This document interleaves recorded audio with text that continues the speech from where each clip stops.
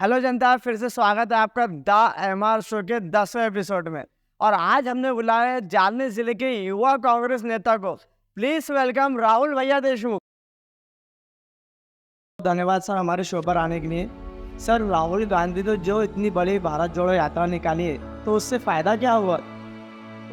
राहुल गांधी ने जो भारत जोड़ो यात्रा निकाली है, तो जैसा कि पहले भी राहुल गांधी पर जो आरोप हुए थे कि उनकी इमेज डैमेज करने का विरोधी पार्टियों ने पूरे पुरजोर एक कोशिश करी थी।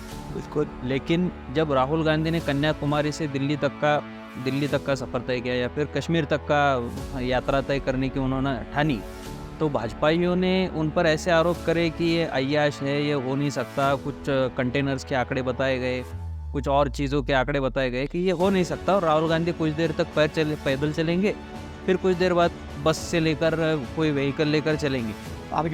टारगेट किया था, लेकिन राहुल गांधी ने उन सब लोगों को झूठा साबित किया। बिल्कुल। हर किस्म के आदमी को, हर व्यवसाय के आदमी को, हर जात के आदमी को, हर धर्म के आदमी को राहुल गांधी मिले।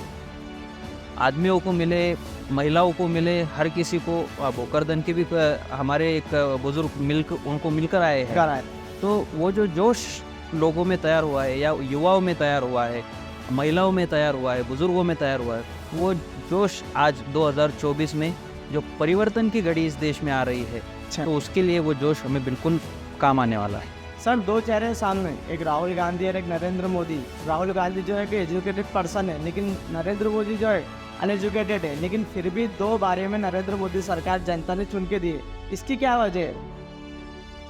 बड़े बड़े वादे मोदी सरकार ने किए थे। बिल्कुल। मोदी सरकार इसलिए बहुत मैं इससे बोल रहा हूँ कि उन्होंने भारत सरकार का नाम बदल करके मोदी सरकार कर दिया है। तो मोदी सरकार ने जो वादे किए थे कि 15 लाख हर किसी के खाते में आएंगे, आई नहीं है। 2 करोड़ रोजगार हर साल जनरेट होंगे, किसानों की आय 2 गुनी होगी, तो ये तो मेरे भी दिल में एक बार मेरा मन डोला कि यार इतना सब अच्छा अगर हो रहा है तो फिर इस देश में और चाहिए क्या। लेकिन 10 साल में जब ये गब्बारा फूट गया, तब अच्छे अच्छे पढ़े लिखे लोगों को और गंवार से गंवार लोगों को और छोटा बड़ा हर किस्म के आदमी को ये चीज़ ध्यान में आ गई कि सिर्फ जुमले थे। और मोदी जी भी बड़ा दिल वाला आदमी है, उन्होंने बड़ी सभा में बोल दिया कि भाई वो एक चुनावी जुमला था, अब इतना साफ साफ वो बोल रहे हैं तो क्यों उनको वोट करना है। तो इस बार वो नहीं होने वाला है। सर, एजुकेटेड लोग कौन सी सरकार चाहते हैं? कांग्रेस की, ऑब्वियसली। सर, किसानों को लेकर सरकार का क्या रवैया है? किसानों के बारे में सरकार ने पिछले दिनों जो कदम उठाए हैं, मुझे लगता है सरकार अगर कुछ नहीं भी करती तो किसान सुखी थे। बिल्कुल। लेकिन सरकार ने जो जो कुछ नया किया है, किसानों की आय 2 गुनी करेंगे, उन्होंने जो ये था हमारे खतों के दाम 2 गुनी कर दी। बिल्कुल।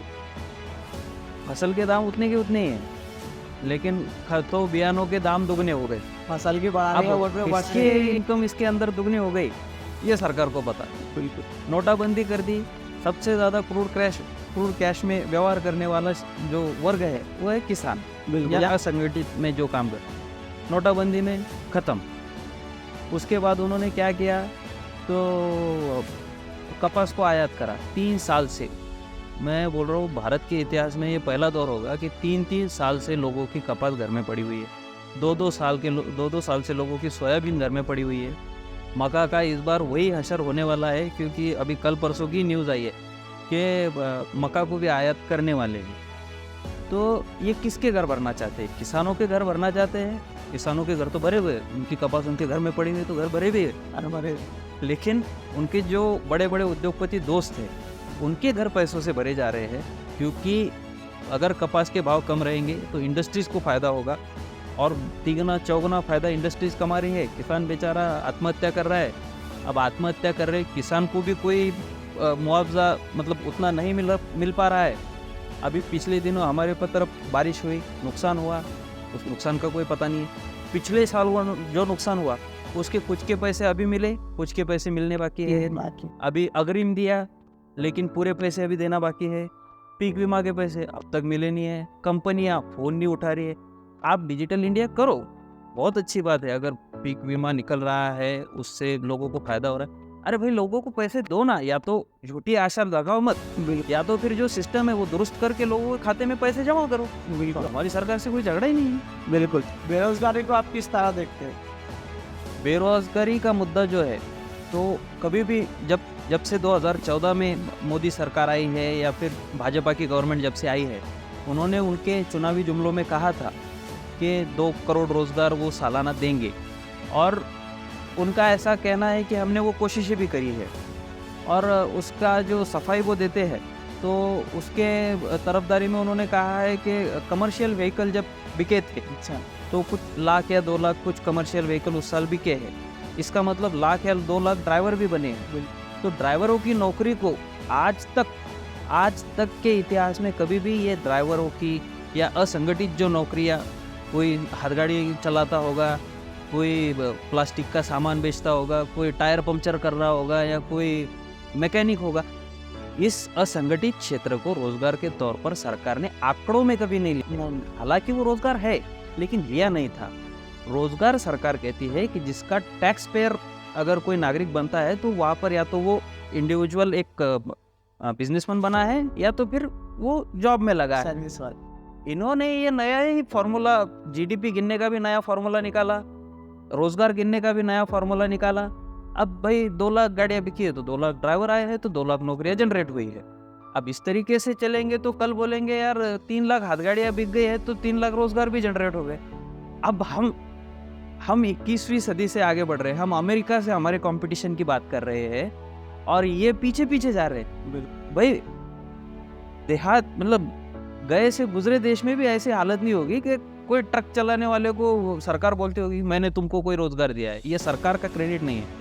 लोग अपना रोजगार ढूंढते जा रहे हैं, लोगों में टैलेंट बढ़ता जा रहा है। हम 10 साल पहले अगर देखेंगे या 20 साल पहले का अगर देखेंगे तो यूट्यूब से कोई पैसा कमा सकता है। ये जरिया किसी को हम बताते भी यार तुम मोबाइल में शूट करो तो तुमको पैसे मिलेंगे तो आप हंस देते शायद, या आपके माँ बाप ने भी आपको कभी डांटा होगा कि मोबाइल क्या दिन भर मोबाइल चलाते रहते हो, हाँ एंड ऑल दैट। तो ये सब चीज़ें होती हैं।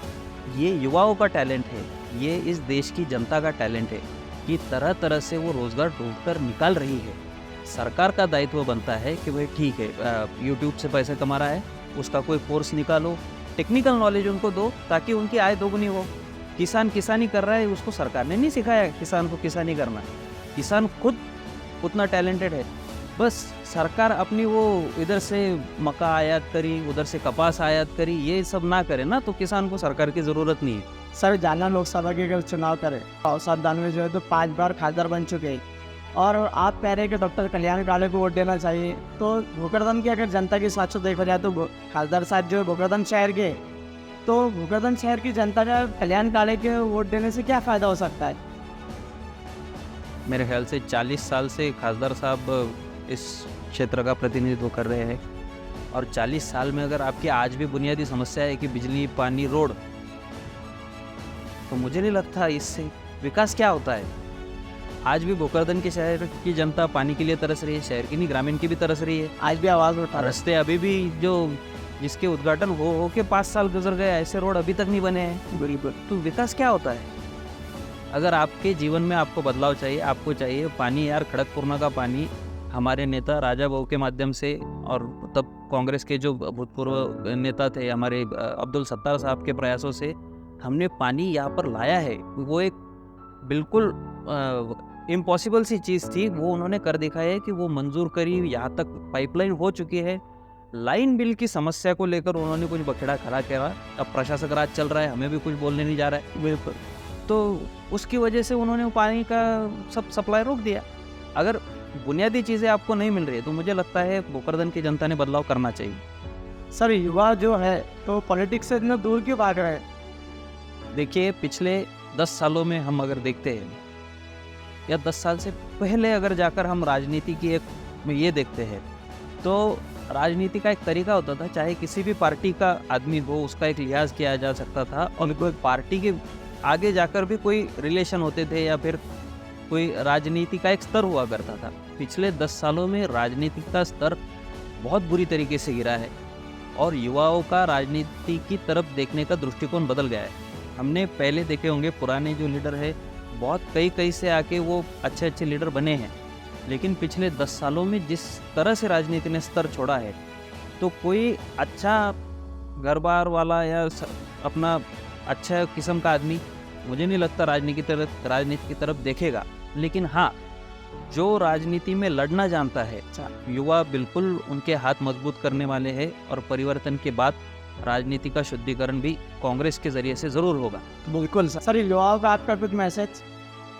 युवाओं को मेरा मैसेज यही है कि दिखावे पे ना जाए, अच्छा, बुनियादी चीज़ों पर काम करें, और बुनियादी चीज़ों में जो हम कोशिश करने वाले हैं उससे जो हासिल होने वाला है उसकी तरफ हमने फोकस करना चाहिए। जो फैक्ट है वो देखना चाहिए, जो फैक्ट्स को देखना चाहिए। राजनीति में है तो सिर्फ जज्बाती राजनीति की तरफ नहीं जाना है, वो भगवे हरे नीले की बात करेंगे, हमें तिरंगे पे अड़े रहना है, क्योंकि ये देश बचेगा तो धर्म की बात होगी।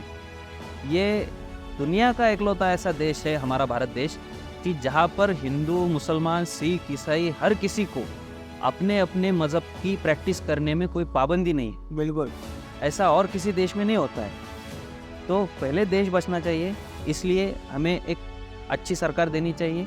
दूसरी चीज़, किसी बड़े आदमी को देखते हैं, कोई सुपरस्टार को देखते हैं, उसकी लैविश लाइफ को देखते हैं, उसके पीछे की उसकी मेहनत हमने देखनी चाहिए। बिल्कुल। युवाओं को कमाने के लिए अच्छे तरीक़ों से भी कमाया जा सकता है, उसके लिए नई खोजबीन करनी चाहिए। आप भी उसका एक अच्छा एग्जाम्पल हो कि आप कुछ नई कोशिश कर रहे हो। तो ऐसे नए नए लोगों को एक आइकॉन मानकर, सिर्फ हवाबाजी करने वालों को आइकॉन ना मानकर, अच्छे कामों करने वालों को अगर हम आइकॉन मानेंगे तो मुझे लगता है परिवर्तन होगा। बहुत बहुत धन्यवाद सर।